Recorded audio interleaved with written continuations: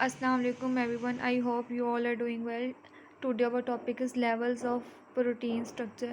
Previous lecture में हमने discuss किया था कि प्रोटीन क्या होती है, इसकी कंपोजिशन देखी थी एंड इसका जो स्ट्रक्चर यूनिट अमाइनो एसिड उसको स्टडी किया था, किस तरह अमाइनो एसिड आपस में लिंकअप करके पॉलीपेप्टाइड चेन बनाते हैं and today we discuss about levels of protein structure. कौन से लेवल हैं प्रोटीन स्ट्रक्चर में, उसके बारे में डिस्कशन करेंगे। अगर आपने प्रीवियस लेक्चर नहीं अटेंड किया, पहले आप उसे अटेंड कर लें ताकि आपके कॉन्सेप्ट मज़ीद क्लियर हो जाए। Let's start our topic. Lecture start करने से पहले हम सबसे पहले अमाइनो एसिड का स्ट्रक्चर रिवाइज कर लेते हैं।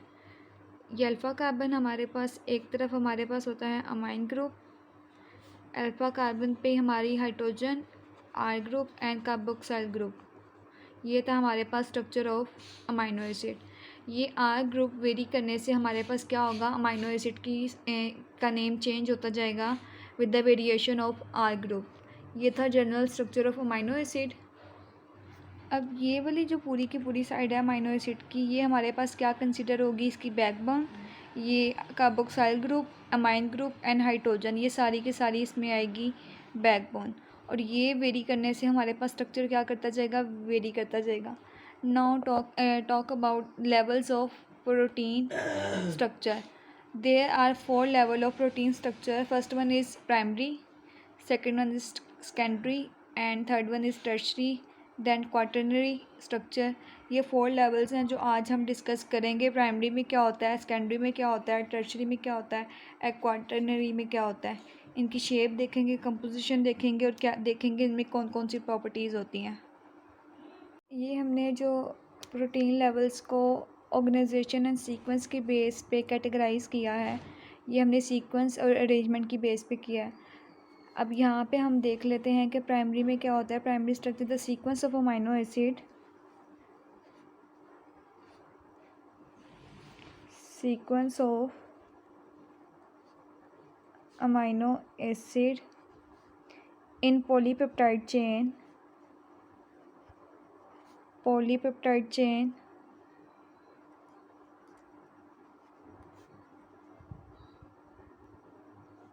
held together by peptide bond only,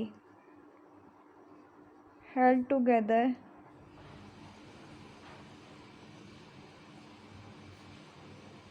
peptide bond by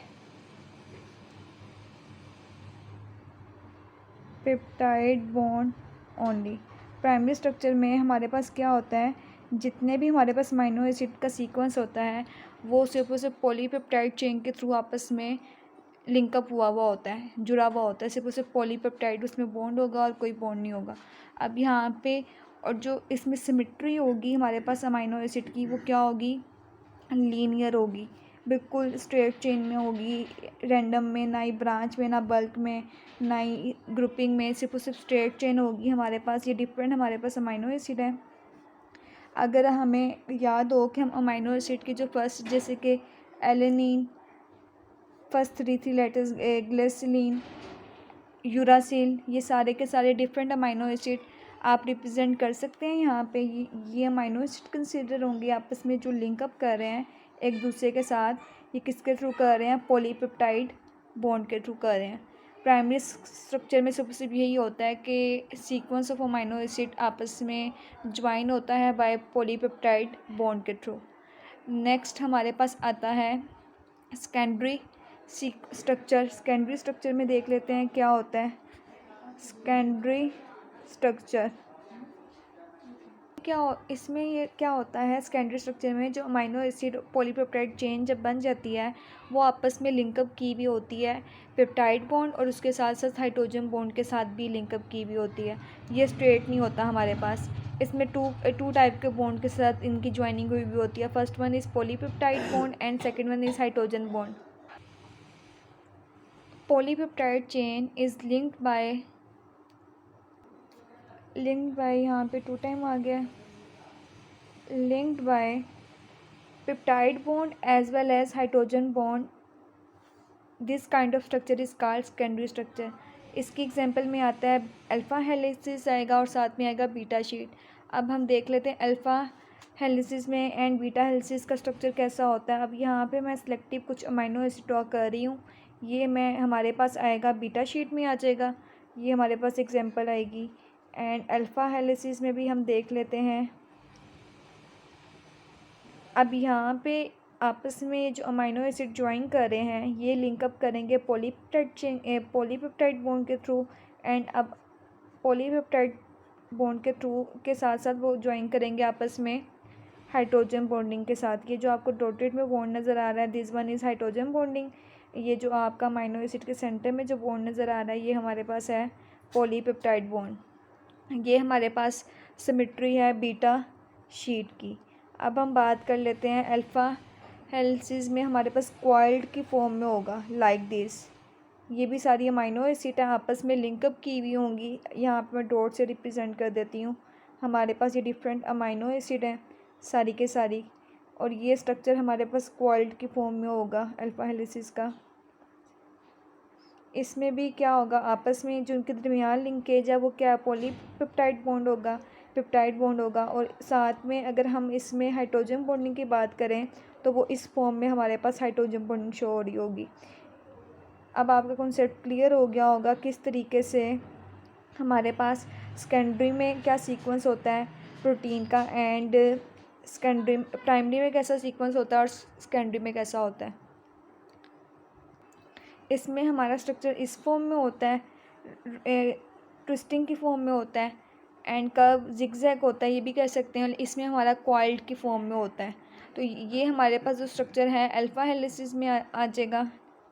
and this one is beta sheet. ये था हमारे पास secondary structure. Now we discuss tertiary structure of protein. Third one is tertiary structure. अब tertiary structure में हम देख लेते हैं किस तरीके से प्रोटीन की सिमेट्री एंड सीक्वेंस होगा, कौन से लिंकअप के थ्रू किस तरह हमारे पास आपस में प्रोटीन के मॉलिक्यूल अमाइनो एसिड का मॉलिक्यूल ज्वाइन करेंगे। ये जो हमारे पास होता है 3D ग्लोब्यूलर स्ट्रक्चर होता है, 3D डायमेंशनल होता है, मतलब कि 3D globular structure.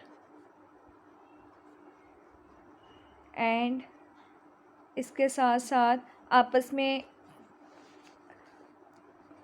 formed by interaction of between R group, formed by interaction between R groups।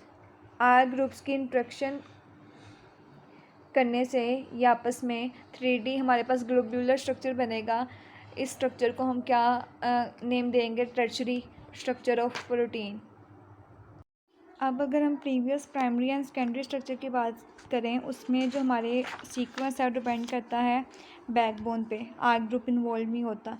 Backbone के बेसिस पे हम अपने सीक्वेंस को अरेंज करते हैं, लेकिन जो हमारा जो टर्शियरी स्ट्रक्चर है वो डिपेंड करता है किसके इंट्रैक्शन पे डिपेंड करता है, आर ग्रुप। और हमने पीछे डिस्कस किया था जो हमारे आर ग्रुप होते हैं या तो वो हाइड्रोफोबिक होते हैं या तो हाइड्रोफिलिक होते हैं, इलेक्ट्रिकली चार्ज होते हैं, या पॉजिटिव होगा या नेगेटिव होगा अमाइनो एसिड हमारा। अब हम यहाँ पे देख लेते हैं कि हमने डिस्कशन की थी हाइड्रोफोबिक हो सकता है, हाइड्रोफिलिक हो सकता है, इलेक्ट्रिकली चार्ज। उस बेस पे हमारे आर ग्रुप किस तरह के हो सकते हैं, कौन से टाइप के बॉन्ड फॉर्मेशन हो सकती है।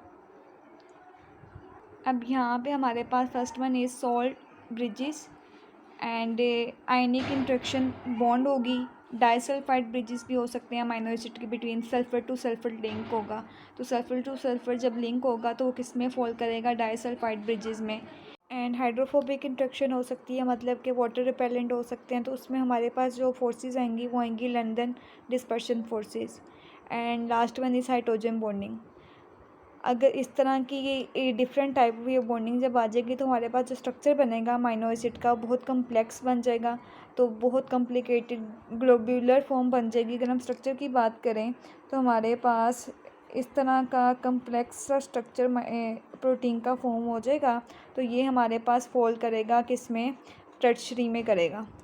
ये ग्लोब्यूलर स्ट्रक्चर ये 3D हमारे पास आया है, ये हमारे पास फॉल करेगा ग्लोब्यूलर में, और इसको हम कहेंगे टर्शियरी स्ट्रक्चर ऑफ प्रोटीन। ये हमारा था टर्शरी, इसमें सिमेट्री हमारी क्या होगी, 3D होगी। और प्रीवियस में हमने देखा था हमारी क्वाइल्ड फॉर्म में, फर्स्ट वाली में हमारी लीनियर थी, स्ट्रेट चेन थी, एंड सेकंड वाली में हमारी ब्रांच जिगजैग थी और क्वाइल्ड फॉर्म में थी। अब लास्ट और उसके बाद थर्ड वाली में हमारी 3D शेप थी। अब हमारी फोर्थ वन रह गई है क्वाटरनरी स्ट्रक्चर, उसमें हम देख लेते हैं अब क्या होता है। Now we discuss a last one structure of protein, quaternary structure, the aggregation of two or more polypeptide chain into a single functional unit. अब यहाँ पे हमारे पास जब दो या दो से ज़्यादा पॉलीपेप्टाइड चेन आपस में एग्रीगेट कर जाएं तो हमारे पास क्वाटरनरी स्ट्रक्चर आएगा, और ये हर एक प्रोटीन पे अप्लाई नहीं होता। अब यहाँ पे हमारे पास ये 3D जो स्ट्रक्चर था ग्लोब्यूलर टर्शरी स्ट्रक्चर था। जब ये आपस में एक या एक से ज़्यादा पॉलीपेप्टाइड चेन मर्ज कर जाएंगे तो हमारे पास क्या बन जाएगा, क्वाटरनरी स्ट्रक्चर बन जाएगा। अब ये जो हमने 4 लेवल्स डिस्कस किए हैं प्रोटीन के, उसी की बेस पे हम इसको 2 शेप्स में कैटेगराइज कर सकते हैं। एक होगी fibrous protein and second one होगी ग्लोब्यूलर प्रोटीन। ये जो हमने levels, organization level of protein हमने डिस्कस किए हैं, primary, secondary, tertiary and quaternary, इसी की बेस पे, शेप की बेस पे, अरेंजमेंट की बेस पे, सीक्वेंस की बेस पे हम प्रोटीन को 2 कैटेगरी में क्लासीफाई करेंगे। First one is globular and second one is fibrous.